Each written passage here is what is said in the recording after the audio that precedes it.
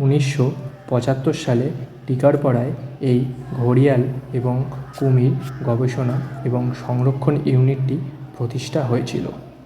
সফলভাবে সাতকোশিয়ার বন্যপ্রাণী বিভাগ দ্বারা এটি পরিচালিত হয়।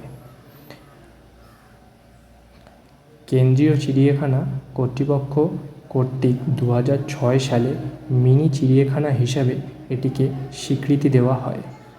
নন্দনকানন বায়োলজিক্যাল পার্ক থেকে সংগ্রহ করা ঘড়িয়ালগুলিকে লালন পালনের পুলে এনে রাখা হয়। সেগুলিকে মিঠে নদীর পানির সাথে খাপ খাওয়ানো হয় এবং পরবর্তীতে মহানদীতে ছেড়ে দেওয়া হয়। প্রতি বছর শীতকালে ঘড়িয়াল এবং কুমিরের জনসংখ্যার হিসেব করার জন্যই এই চিড়িয়াখানার প্রতিষ্ঠা। এই বিভাগের মহানদী প্রণালীতে তাদের সংখ্যা এবং জনসংখ্যার প্রবণতা নিয়ন্ত্রণ করা হয়।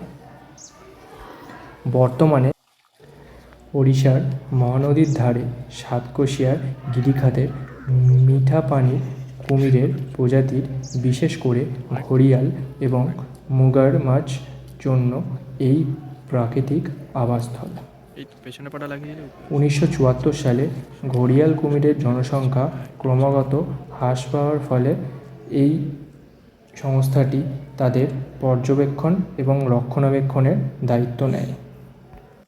সাতকোশিয়া ও টিকারপাড়া ভ্রমণের সাথে সাথে আপনি সেখানে ঘুরে দেখতে পারেন এই ঘড়িয়াল ও ক্রোকোডাইল রিসার্চ সেন্টারটি। আপনার সাথে যদি বাচ্চা থাকে তাহলে বিশেষভাবে তাদের এটি অত্যন্তই আকর্ষণীয় লাগবে।